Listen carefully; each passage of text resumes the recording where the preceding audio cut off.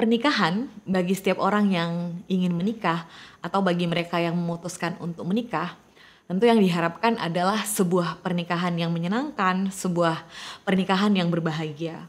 Namun itu tidak berlaku untuk Maggie Diela, tokoh utama dalam novel yang akan kita ulas kali ini.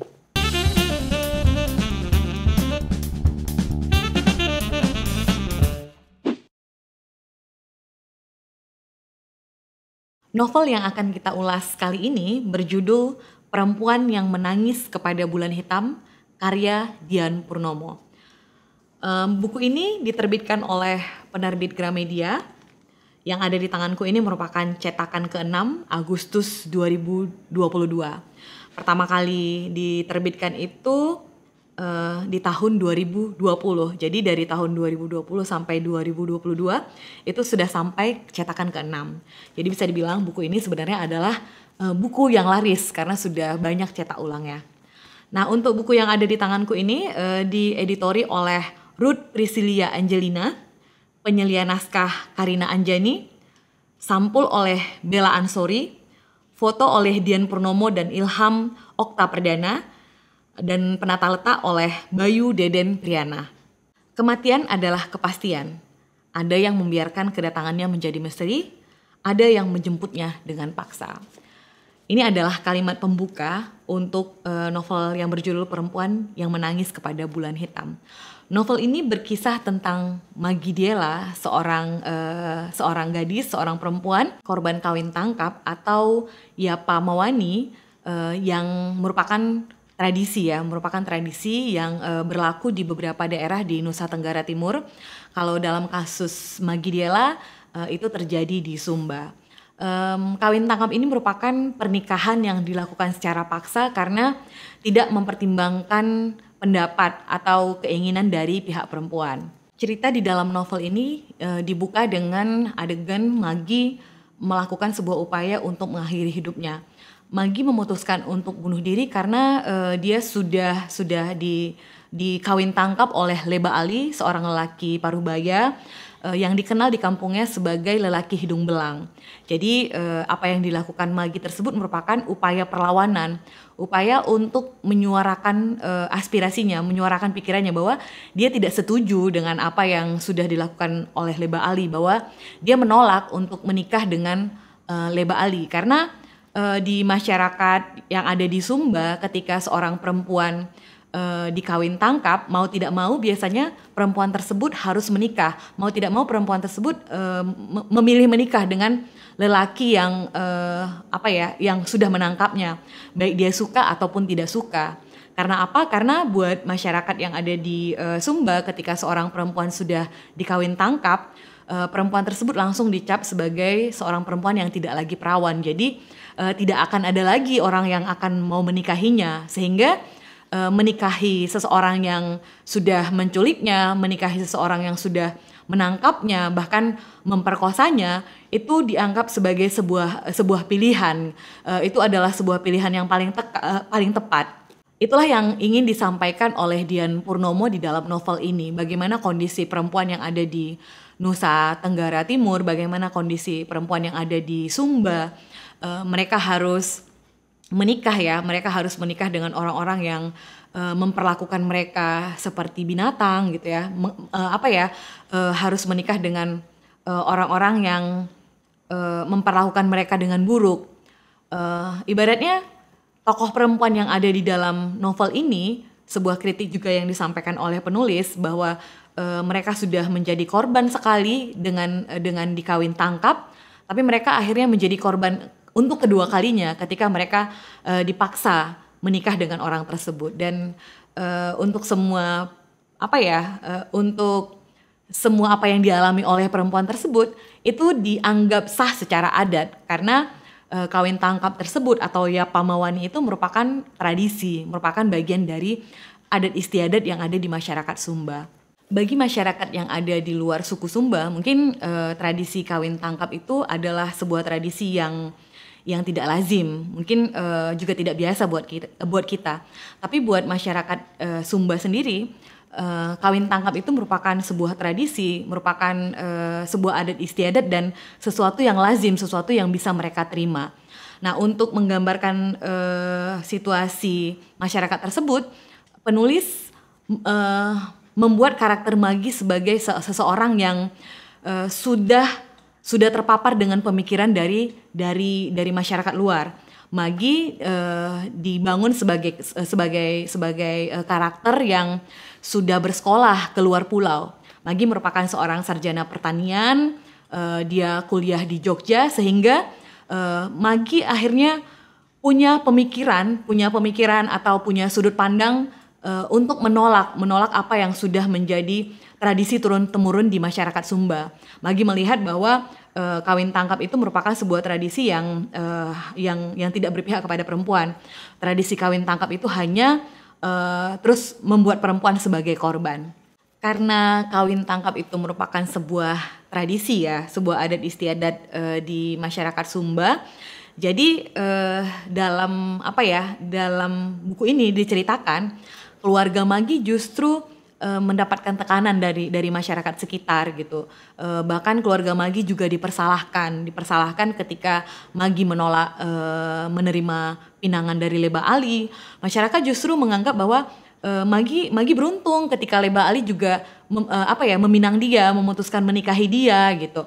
Jadi ketika Magi menolak dan Magi kabur, keluarga Magi justru harus minta maaf kepada keluarga Leba Ali. Ini kan sesuatu yang buat kita masyarakat yang berada di luar masyarakat Sumba itu sebagai sesuatu yang aneh. Hal lainnya yang diceritakan di dalam buku ini yang berkaitan dengan adat istiadat juga ada. Misalnya bagaimana di masyarakat Sumba itu ternyata ada sebuah tradisi meramal nasib.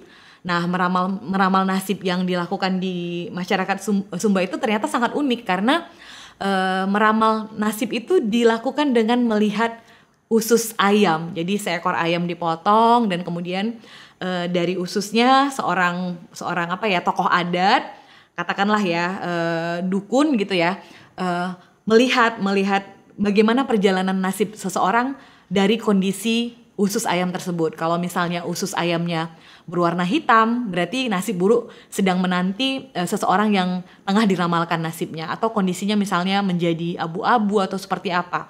Nah, kondisi usus ayam tersebut menjadi gambaran situasi dari orang yang diramalkan. Cerita dalam novel ini ditulis dengan menggunakan sudut pandang orang pertama. Jadi semua kisah ini diceritakan dengan menggunakan sudut pandang Magi, sehingga kita sebagai pembaca itu bisa langsung merasakan semua perasaan Magi, apa yang dia rasakan, kesedihan yang dia rasakan, kemarahan yang dia rasakan, dan juga perlawanan yang dia lakukan itu bisa langsung dirasakan oleh seorang pembaca. Plot yang digunakan atau dipilih penulis dalam menyusun buku ini menggunakan alur maju mundur ya, campuran sebenarnya, karena cerita dimulai dari peristiwa Magi memutuskan bunuh diri, kemudian cerita mundur kepada peristiwa apa yang terjadi sebelumnya, dan kemudian cerita kemudian bergerak maju kepada peristiwa-peristiwa yang menyusul setelah peristiwa upaya bunuh diri tersebut. Lalu cerita masuk kepada masa depan, apa yang akan dijalani Magi di masa depan untuk menentukan pilihan-pilihan dalam hidupnya. Waktu pertama kali baca buku ini aku langsung kepikiran, kenapa ya judulnya Perempuan yang Menangis Kepada Bulan Hitam? Ada apa dengan bulan hitam? Nah, jawaban untuk itu ada ditemukan di dalam buku ini di halaman 38. Ternyata di dalam masyarakat Sumba itu ada istilah Hula Podu. Hula Podu itu merupakan ritual di adat Marapu di mana selama sebulan penuh orang harus prihatin. Tidak boleh mengadakan pesta perkawinan, kubur batu, membangun rumah, atau menanam di kebun. Hula Podu seringkali diterjemahkan bebas sebagai bulan hitam, meskipun makna sebetulnya adalah bulan yang suci. Dan di sini juga disebutkan bahwa pada masa-masa Wolu Podu itu ada orang yang percaya itu merupakan kesempatan yang paling baik untuk menculik seorang perempuan untuk dinikahi. Jadi di sini dipilih bulan hitam Wolu Podu tadi yang sebenarnya seharusnya sebagai bulan yang suci, justru menjadi sebuah situasi yang menyedihkan buat Magi. Dia tidak bisa lagi melihat melihat situasi tersebut sebagai sesuatu yang suci, sesuatu yang sakral, tapi justru menjadi sumber dari penderitaan Maggie. Buatku pribadi, aku sangat suka dengan buku ini ya, karena selain isu yang diangkat, isu tentang perempuan, isu tentang perlawanan terhadap sebuah situasi yang tidak menguntungkan untuk perempuan, ada beberapa hal lagi yang membuat buku ini menjadi sangat menarik, sehingga buku ini aku sangat rekomendasikan kepada kalian semuanya, kepada pembaca semuanya. Warna lokal ya yang digunakan di dalam novel ini, bahasa yang dipilih gitu ya, bahasa apa ya, bahasa daerah ya, bahasa daerah Sumba yang digunakan di sini porsinya itu pas gitu, dan membuat warna lokal dalam buku ini justru terasa makin kuat gitu, makin kental. Kelebihan lainnya itu penempatan tokoh-tokoh di dalam novel ini sudah mewakili peran mereka gitu. Jadi semua tokoh yang dipilih itu benar-benar mewakili peran mereka dalam sebuah sistem. Dalam hal ini tentu adat istiadat.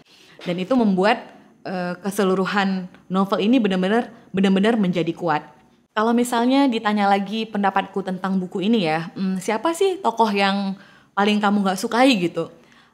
Sebenarnya iya, memang Leba Ali itu salah satu tokoh yang tidak menyenangkan gitu, tokoh yang menjijikkan gitu ya, karena dia sudah berbuat semena-mena, dia menculik Maggie gitu, dia juga memperlakukan Maggie dengan kasar gitu ya.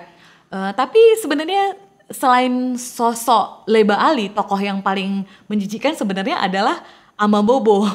Ama Bobo itu adalah ayahnya Maggie, ayahnya Maggie ya, ayah yang seharusnya mendukung seorang anak gitu ya, ayah yang seharusnya membela anaknya, justru memilih lebih mengutamakan adat, lebih mementingkan adat ketimbang rasa kemanusiaannya gitu. Ketika Maggie sudah mengalami kondisi titik terendah sekalipun, Ama Bobo itu tidak berpihak kepada Maggie. Dia tetap berpikir kepada adat istiadat. Dia berpikir kepada bagaimana marwah dia di dalam adat. Sehingga berbagai upaya dia lakukan, termasuk mengeluarkan uang supaya pernikahan itu bisa terus berlangsung, meminta maaf kepada keluarga Leba Ali, bahkan melakukan tipu muslihat gitu, berupaya mencari-cari kelemahan Maggie supaya Maggie yang kabur gitu bisa kembali pulang ke kampung halaman. Jadi dari semua tokoh yang ada di dalam novel ini, menurutku Ama Bobo adalah tokoh yang benar-benar membuat aku merasa gemas. Novel berjudul Perempuan yang Menangis Kepada Bulan Hitam ini sebenarnya ditulis oleh Dian Purnomo itu setelah dia melakukan residensi penulis Indonesia di Sumba pada tahun 2019. Jadi semua yang ia tulis di dalam novel ini merupakan hasil pengamatannya selama melakukan residensi. Dia bertemu dengan narasumber, bertemu dengan perempuan-perempuan yang menjadi inspirasinya untuk menuliskan novel ini. Sekian ulasanku kali ini untuk novel berjudul Perempuan yang Menangis Kepada Bulan Hitam karya Dian Purnomo.